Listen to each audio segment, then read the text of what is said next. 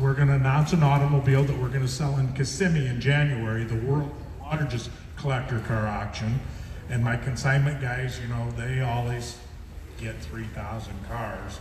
And I'm going to tell them here now for the first time, this year we're going to have 4,000 Oh, cars. my word. And this is the first car consigned for Kissimmee 2020. And it'll show in 2020 that Mecum's vision is 2020.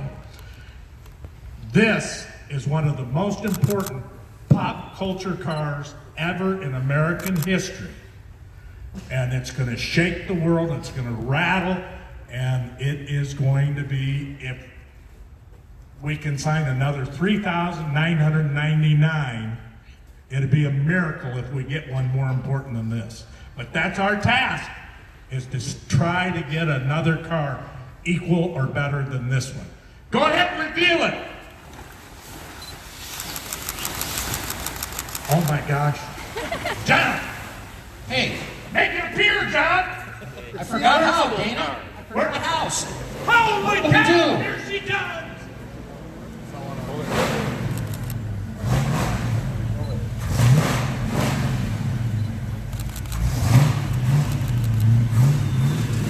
This is the actual Bullitt from the movie.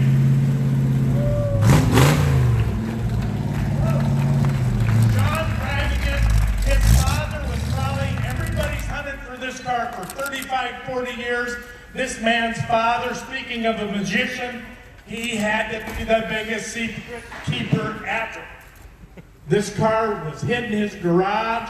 He taught his son that it was very, very special, and they never, ever told anybody about it. Over the last year, it's been on the car show circuit, and it is one of the most iconic pop culture cars in American history. Here's Sean to tell you a little bit more about their story. Well, hello to everybody that now I'm here. This is what I've been thinking about for the past 6 months. So here it is, the golden hour. This is obviously it's been in my family for 55 years. This is something that my dad and I have had as a family constantly throughout the years. Have just been wanting to unveil it to the world and be able to do it in the best possible fashion. In January 2018, we did that. My dad sadly passed away in 2014. Since January 18, been honoring my father with this car around the world, telling our story, telling the family story, telling, you know, why it was hidden in our garage. And I've been walking by it my whole life. So, as you can imagine, with us holding onto this car for 45 years, we've never sold a car. We have every car. I've got the car I came home from the hospital in. So, my family together.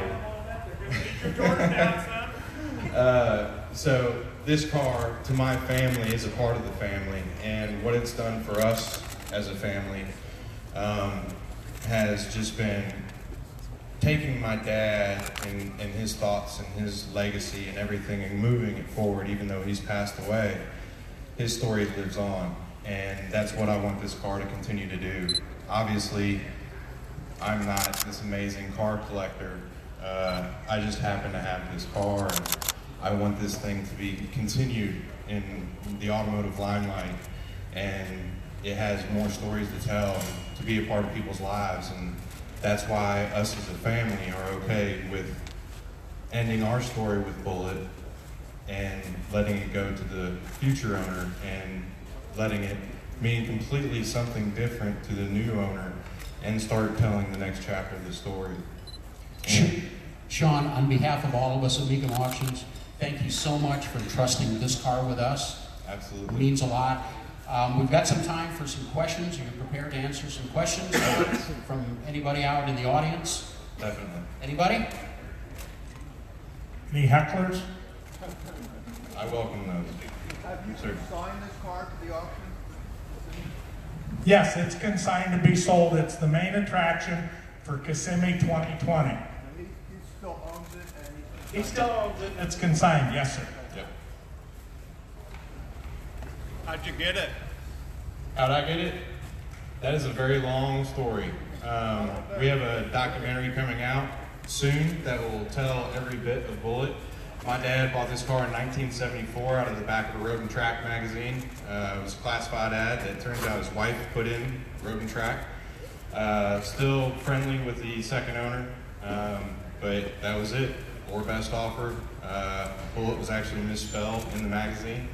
But yeah, it was October '74, and it's been our family ever since. My mom and dad drove it every day. It was my mom's daily driver during the week, and my dad's driver on the weekend. My mom was a third grade Catholic school teacher, and this was her daily. You don't have a copy of the original ad by any chance, do you? Yeah, in the truck. Yeah, actually. What type of paperwork accompanies the car? What's that? What kind of paperwork? Provenance? Providence, it'd be easier to go on what I don't have, which is nothing. Steve McQueen tried buying this car back from my father December 1977, which actually verified the fact that it is the car. I have that letter embossed with the Solar Productions. Much also, we got the Warner Brothers authentication as the Warner Brothers parking lot pass still in the windshield from the 7 Arch days. That's why I'm most protective about the windshield on this car. Also, it has the registration from the last time it was registered in 1980 in New Jersey. And yeah, basically anything and everything is kept with the car. It still has the oil sticker from 1979 at the AMCO. So, What mechanically has been done to the car since then? mechanically, everything is done by myself in my garage. Motor has been gone through completely, front to back, brakes. Everything, my goal was to not upset the outside of the car. I never wanted to fix or repair or erase the history of this car. So my goal was to make sure it started, stopped, and didn't catch on fire. And I succeeded through that. I've been to the Goodwood Festival of Speed. I took my mom up the hill first run. I went up 12 times and down 12 times, and she did amazing. And honestly, at the end of the day, we know what she was built to do, and that was to be in front of a camera. She does it well. She fires up every time I ask her to. There's never skipping a beat. And yeah, it's just, you know, I just sit behind the wheel and stand next to her and tell the story the best I can and keep it between the ditches. All right, most important question: why? Why? Why are we selling it? The And who do biggest you hope? reason Who for do you selling- hope gets the car? Who do you What's that? In your mind, who do you envision? What would be the ideal caretaker for this car for the next 20 years? The ideal caretaker for this car, that's a great question. I think that, you know, I hope that somebody that enjoys the romance of the car, where it's been, how it got here, and wants to leave it the way it is. I mean, that would be huge, because obviously every nick, scratch, dent in this car tells a story. Yeah, and honestly, the next person will be that next chapter. Can you hear me there? Yep. I think something that you could see with this car to the new owner is something that you haven't ever seen with an American muscle car before. You've seen it with high-level Ferraris. When I started in this business, it was driven by nostalgia. People remembered what they had when they were young. Then it moved to legend, what their dads and uncles told them and stuff. What some of the Ferraris have turned to is they're considered pieces of art. This is a piece of American pop culture.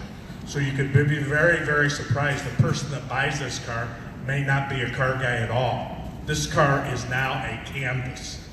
And there's not many cars that reach that stage. And this, I believe, to my knowledge, this would be the first American muscle car that gets sold as a piece of art.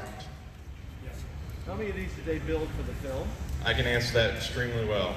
There was two. One was the jump car. This was the hero car. This one did all of the driving with McQueen behind the wheel. The other one was built just for the stunts and the jumps. So as far as stunt driving was the other one. Hit the hill, didn't do too well. And this one ended up doing everything. So this was about 90% of the chase. The only part was the actual really good jumps. Where's that car? That car was found in 2017 in Mexico, and it is basically where this is about 98% original. that one's the other side of it. There's not really a lot left of it, but hopefully in the coming years there'll be a restoration process on that car. How many Mustangs have you seen wrestling for a car come across the opposite wall? Well, I think a better answer to that question is the testimony that Ford's done, building new Bullets. There's a whole universe of cars to look like a Bullitt Mustang, but I think a bigger testimony, manufacturers have built icon cars over the years, but to repeatedly do it, I think the Bullitt car is the only car Ford has repeatedly over the years built new Bullitt models. And so, for it to be recreated 3 times, and how many more times will Ford do it? Do you get royalties every time Ford does this? Do you get royalties every time Ford does this? I've only done it once, so I've been out of the closet, so that was on the 19. And you didn't get no royalties? So we can't promise the new buyer royalties. No, absolutely. That's where I was headed. Yeah, no, absolutely, no. Okay. I've got a new 19, and that's staying in the garage. So yeah. So again, why? Honestly, the main reason why, like I said, I'm not. Honestly, if the true answer to that is this car and what it is and preservation and what it means and what it takes to take care of this car, not only logistically, but I'm talking just everything. It needs somebody as far as to take care and take it to the next level as far as showing it around the world. I think I've reached my peak with the car. I could just put it back in the garage and go to my day job and be done with that. I'm a paint and body guy. I have no problem with that. We paint cars. That's what we do. Which is funny because you look at this and makes you think twice. But at the same time, you go next level, next chapter of the car needs to. The world continues to see this car. I want it to stay in the light. I don't want it to be in the garage. I don't want to accidentally knock into it while I'm walking through. I want it to continue to be out there, and the next steward of the car hopefully will be able to continue on that journey.